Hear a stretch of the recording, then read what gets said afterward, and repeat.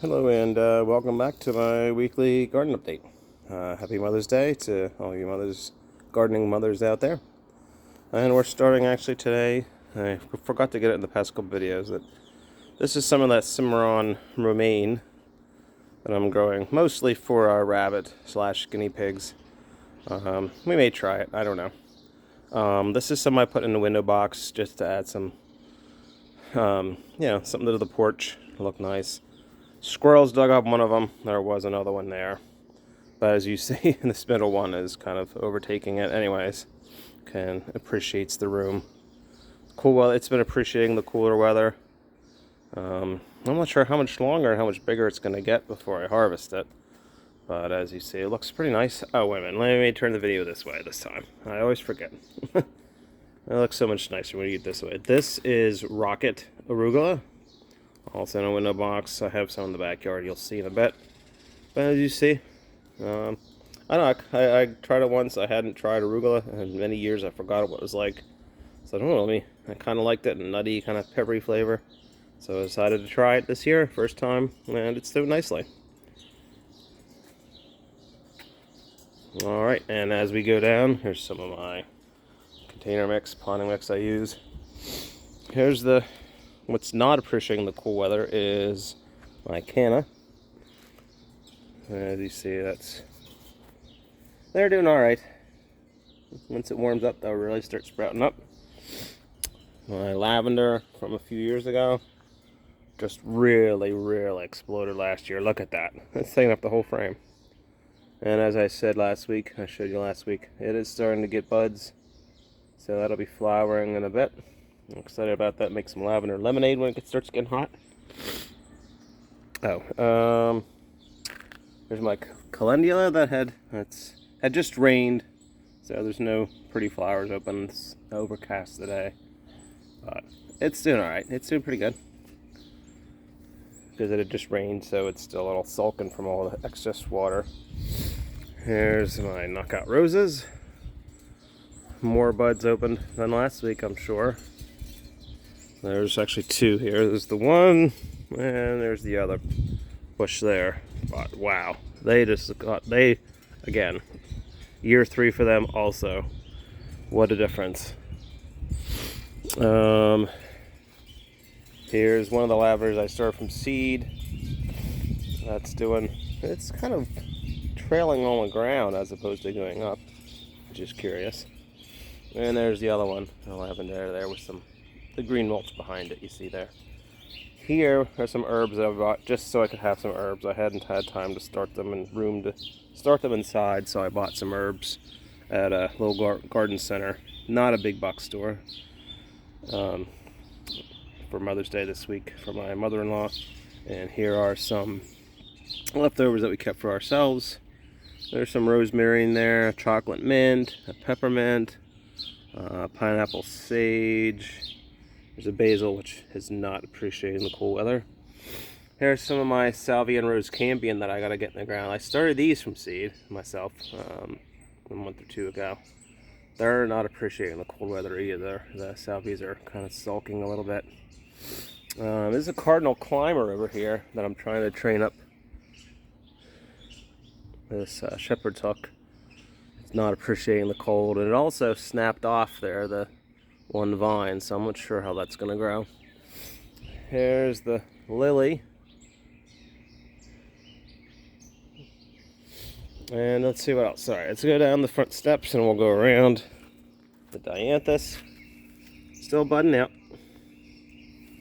I got some salvias here in the ground finally. These again, they're kind of sulking a little bit. And the garlic, the front yard garlic here. I'll try to back up a little bit. The ones over here are noticeably smaller. There are two varieties here, German Red and Music, but I forget which is which. I'm assuming that's the German Red, since I hear Music is very popular. Tends to do well. And you can see I got some monster stalks here. Look how thick that is. That's a good inch. I don't know if you can tell it, but that's probably a good inch stem there. So, and there's some good ones there. There's another good one here. You see how thick that is there.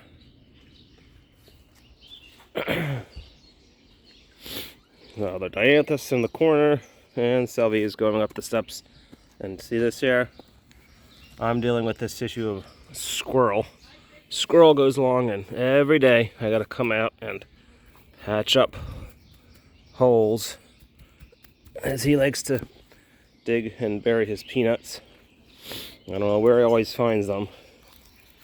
That's one a dianthus I had bought. That's why that one's blooming already. Because I had got 4 last year from Burpee, and one of them died. So I wanted to have 4 again, so I bought one. Same kind, raspberry surprise. Alright, let's go to the backyard. It's been unseasonably cold, so I guess some things are not growing as quickly as they could. But then I don't have to water as much. I am also mulching more than I had in the past. And never really was big on mulch, just was lazy. But it is such an important thing to do, I think. It helps with, as many people know, gardeners know, it helps with moisture retention, nutrients, helps with evaporation, and so I'm trying to get better with that. This is Mighty Hybrid Brussels sprouts. Get a nice close-up. This one is probably the best one, but I have it behind a tomato cage because I think they get tall and they may flop over, so I was going to try to get some tomato cages and put them in there to help support them when they get bigger. Hopefully they will. They're kind of being slow. From what I know of Brussels sprouts, I've never grew them before, but they are slow growing. As you see, I think I have 5 here. Yeah. A close-up of another one. 1, 3, 4. And I had planted a potato, one of the store-bought potatoes, I think, or one of the red Pontiacs I grew last year, and I had thrown them here where the Brussels sprouts are. And I said, you know what? I don't want to grow those ones. I have a bunch that I actually ordered, seed potatoes, so I dug them up, but apparently I forgot I missed one. So I may let that go just to see what happens if it doesn't get in the way of the Brussels sprouts, just as a test. There's another test over here. I actually kept these ones. These are either, I guess, either grocery store potatoes I threw as a test this year, or ones I'd saved. I can't remember. If they're reds, I'll know that they were ones I saved. I'm gonna sneeze, that's why I'm sniffling here. And I just threw some hay and grass clippings for when I cut the grass here. And I threw some other ones over here. They haven't come up yet. I just did those yesterday or the day before. But yeah, you see here, these ones were either grocery store or saved from last year. Potatoes, I just threw some hay on, and they're doing well, at least above ground. So we'll see what happens with that. No flower beds on these ones yet. So you'll see that's the progress of those. And let's go over back to my yard. Neighbor lets me use her yard. That's what those couple things are. I'll be putting sunflowers over there where you see the shrubs over there, the weeds. Alright, let me take the lid off here. I cover these flower pots at night because it doesn't get sun after, when the sun goes down in the morning. The backyard does not get sun, so I put flower pots on to keep the squirrels away on top of my onions.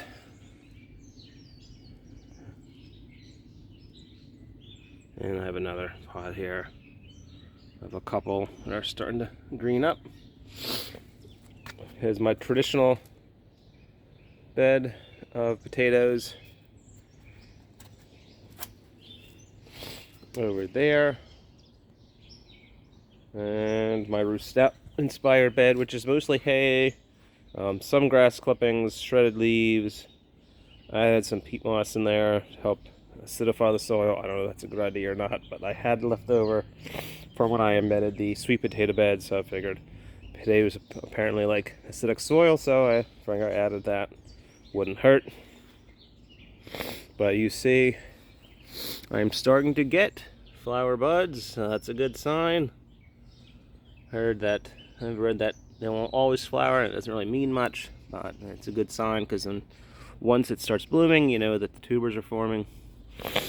But you see it's pretty well leafed out, and the bed is covering. You can't see much of it down this end,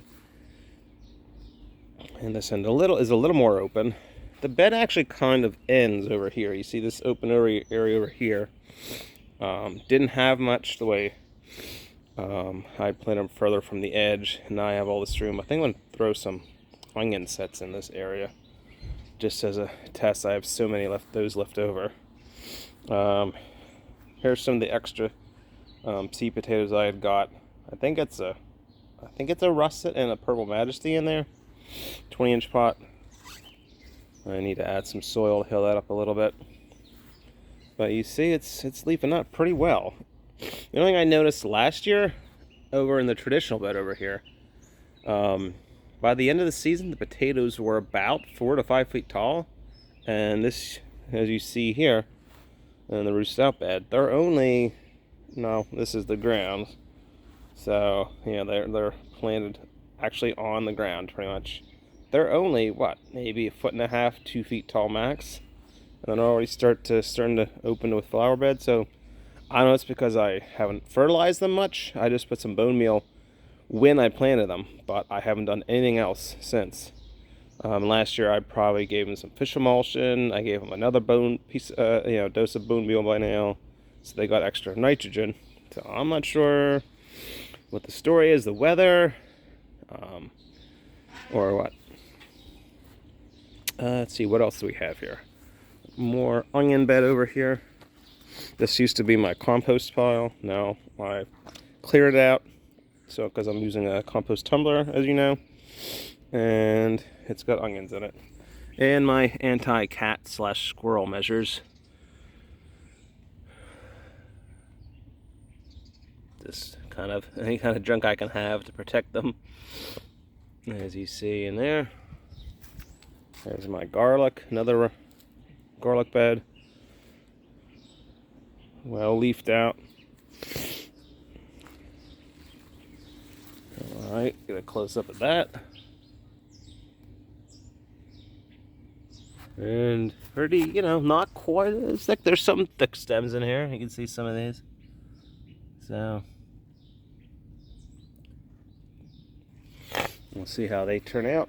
This is my sweet potato bed, which is, again, something else that's not appreciating the cooler temperatures. Not really dying, but not really doing much either.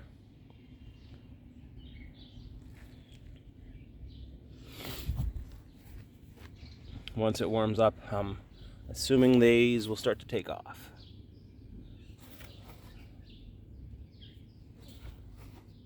And yeah, so I think there's 15 in there. Back up, give you the whole thing here.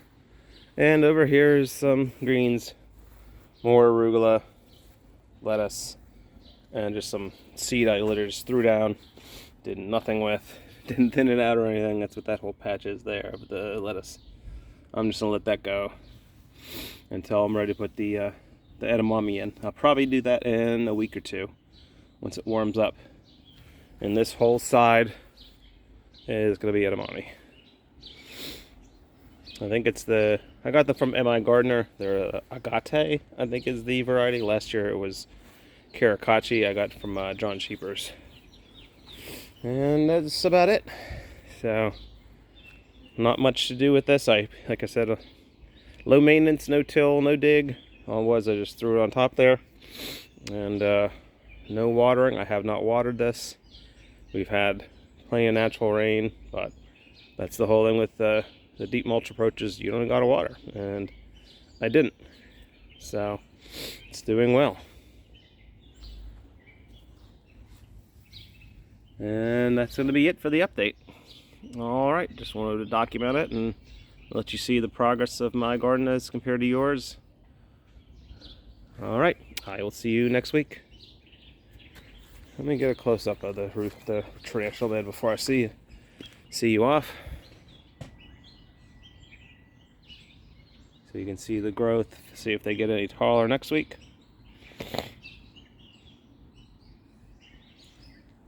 Alright, hope you enjoyed.